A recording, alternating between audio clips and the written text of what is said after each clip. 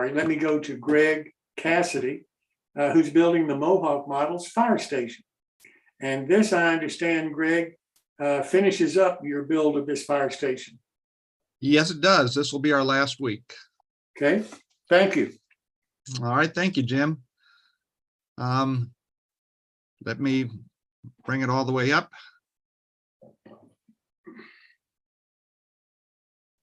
Okay, this is our last week, week 5 of building the Alton Fire Station from Motrac Models. And if you followed along, I'm building the S-scale version, but it's available in O, S, H, O, and N with only minor variations between them all. Tonight, we'll be finishing up the porch roof. We'll be mounting the front doors in the gingerbread trim, putting mortar on the chimney, mounting the base and building some ladders, and then doing some weathering. So the first thing I did was I built what I called the porch roof. It's actually a canopy that goes over the side door. The parts used are what you see here. There's a front trim. He actually gave us 2 of them in the S-scale kit. And this is the roof portion. I punched those out, and there's also a piece of paper in there that's the rolled roofing. First thing I did was I glued the 2 pieces of the canopy roof together, and I just used canopy glue, not because it was a canopy, but it works fine. And I just used an angle iron that I use for weights and for holding stuff together, and it gave me a perfect 90-degree angle.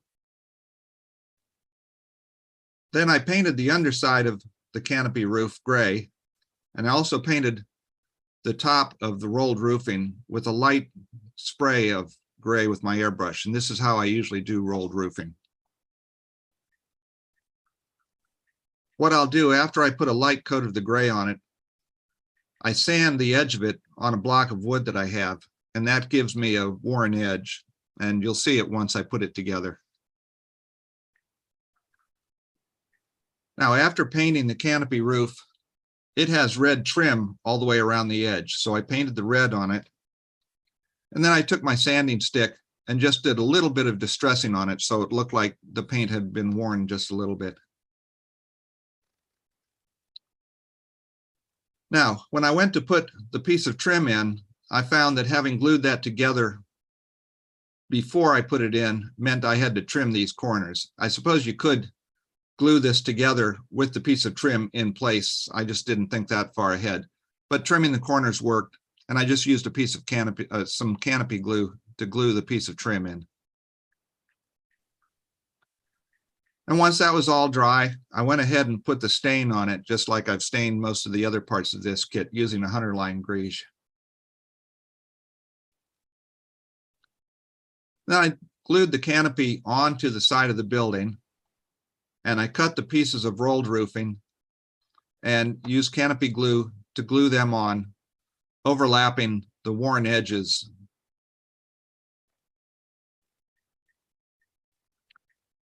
The next part of the kit is to glue the front doors in place. And you could go ahead and just glue the doors inside the edge here, and that would probably hold if you're going to put it on a layout. Mine's going to be a display model, and it's going to be handled a fair bit. So I wanted to put some type of glue block behind them. All I did was I trimmed out a couple pieces of wood from the fret that the doors came on. And then I measured how much I'd need to put behind the door without interfering with the windows. And I marked that. And then I put glue on the edge that was going to be attached to the wall. I then glued the 2 to the wall and used a clamp to hold them in place. And I also put a little glue block up here at the top where the 2 doors are going to meet. And once that was all done, it was just a matter of putting glue behind the edge of the doors and gluing them to the blocks in place. Now, the next piece we're going to put on is the gingerbread. And that comes as a separate laser cut piece. And I first primed it with some gray primer and then went ahead and painted it with the same red that we've used on everything else. I then did a little bit of light distressing on it, the same as I've done with most of the other pieces of painted wood. I just used my wire brush and just barely touched it with the sanding stick. Now you can just glue the piece of gingerbread right here in the V of the roof. But again, I wanted this to be extra strong. So what I did, I cut 2 small pieces of 1/8 inch strip wood and I glued them to the gable end of the wall. And then I just glued the gingerbread to those pieces of strip wood. And that way it's got a lot of surface area that it's attached to. And it also made sure that the relief was even on both sides. And then once it was glued in place, I went ahead and put my greige stain on it as well. And this is how it comes out looking. Once you put it on, you can barely see the pieces of strip wood that are behind it.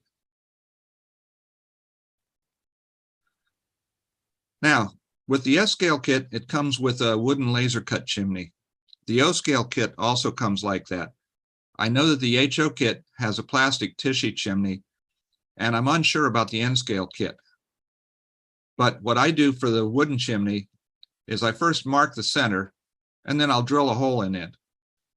And I use that so that I can put a wire in it, and I can use that wire while I'm painting it. I do similar things with the plastic chimney, or if they have a hollow middle, I have a piece of strip wood that I use. Anyway, once I painted it red, I got ready to put the mortar in. Now I actually have 2 chimneys because I promised you guys at the beginning of this that I was going to show you 2 different methods of applying mortar to a brick chimney. This could actually work on any brick, and I've used it on a number of buildings. One method is going to use lightweight spackling, and the other method is going to use a distress crayon. And they're actually somewhat similar in how they work. For the spackling, I just use a brush and a little bit of water and a flat tool I have for applying it. I'll first take some of the spackling and apply it on the chimney. Then I'll take the brush with the water on it and just move the spackling around until it's into all of the grooves. And once it's in all the grooves, I'll just let it dry there. Now with the distress crayon, the procedure is somewhat similar. What a distress crayon is water activated pigment that's in a binder that's kind of like a waxy crayon. The big advantage I see with using a distress crayon is they come in a multitude of colors. So you don't have to settle on white. You can put in gray or a sand color or whatever you like. The first thing I do is I use the distress crayon and just smear it on all sides of the brick. And then I use water, and you could use a brush. This time I use my finger, and you smear it around, basically pushing it into all of the mortar cracks. And then once you've done that, I take a cloth and wipe the excess off the top. And then I put it aside to dry. And when they're both dry, there isn't much of a difference between the two. They both work well. With the distress crayon, you can get small voids, which gives you a look of older mortar. And as I say, you have a choice of colors if you want to do that. Once I'm done with either of these, I don't put any type of clear over it, but when I've used this on buildings, sometimes I have put a dull coat over it just to help protect it. Now for my laser cut chimney, it has a cap that goes on it. This step you won't need to use with the plastic chimney. The first thing I did after punching it out was I painted it a concrete color. In this case, I used Israeli sand. And I painted the top of the chimney black and then put the cap on place. If you wanted to, you could probably drill and hollow that out, but that's a bit of work.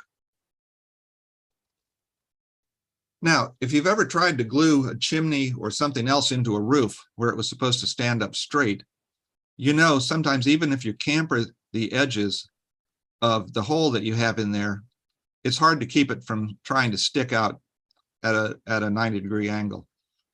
So what I've done here, in addition to chamfering the holes, I mounted the building upside down on some blocks, made sure I had it dead square. And then I used a block to hold the roof and my other block to push on the chimney. I had put glue on the opening and stuck it in to where I wanted it to go. And while this is holding it in place at a perfect plumb angle, I cut 2 little blocks of wood and went inside and glued those in place. And again, as I said, since this building is going to be handled, I wanted that chimney to be extra strong. So I let all of that dry. And then once I'm done, whenever I've put something through a roof like this, I like to use gallery glass to put simulated tar around the chimney.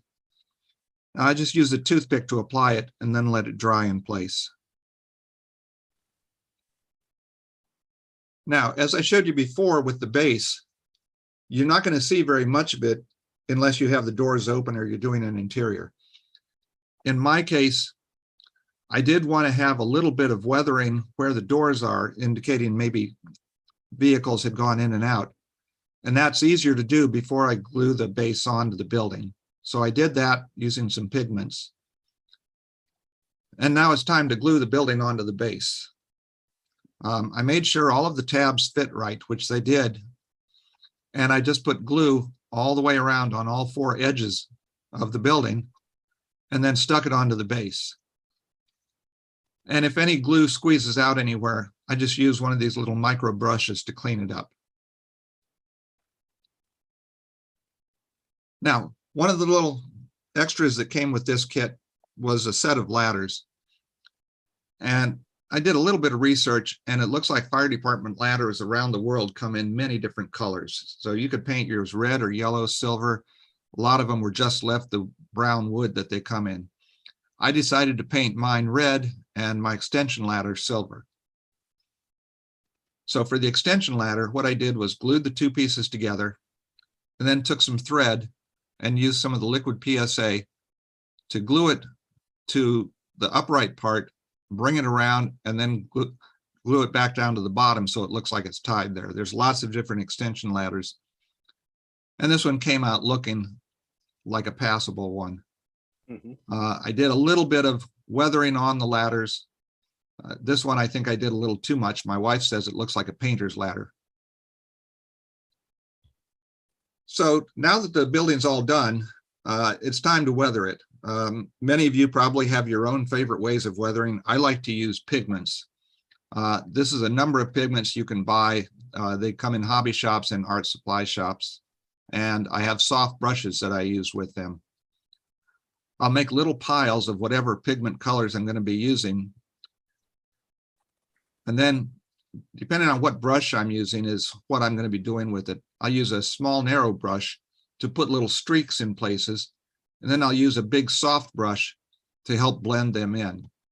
And I'll also put pigments around the bottom to show where it might have collected water or become dirty. I also use pigments for places where it might be running down on the roof, from the chimney, from other openings, and around all the wear areas, such as doors, on the side door, and things like that. So at this point, I'm done with mine, and I'm quite happy with the way it came out. The diamond shingles really make it stand out, and I think it's a nice little firehouse. And Jeff Adams should be with us. I'm here. All right, great. Well, that's it for my build of the Mohawk Alton Fire Station. I want to thank you for joining us. And if you followed along, I hope you enjoy yours. And I'm going to turn it over to Jeff. He has a word to say. Before you do that, Greg, Yes. the stuff you made the tar on was called gallery Glass, and it's called their lead, I think. Where do you get it? I got it at Michael's. Oh, okay, cool. But I think you can find it online too. Well, I got Michael's. Okay. All right, thanks.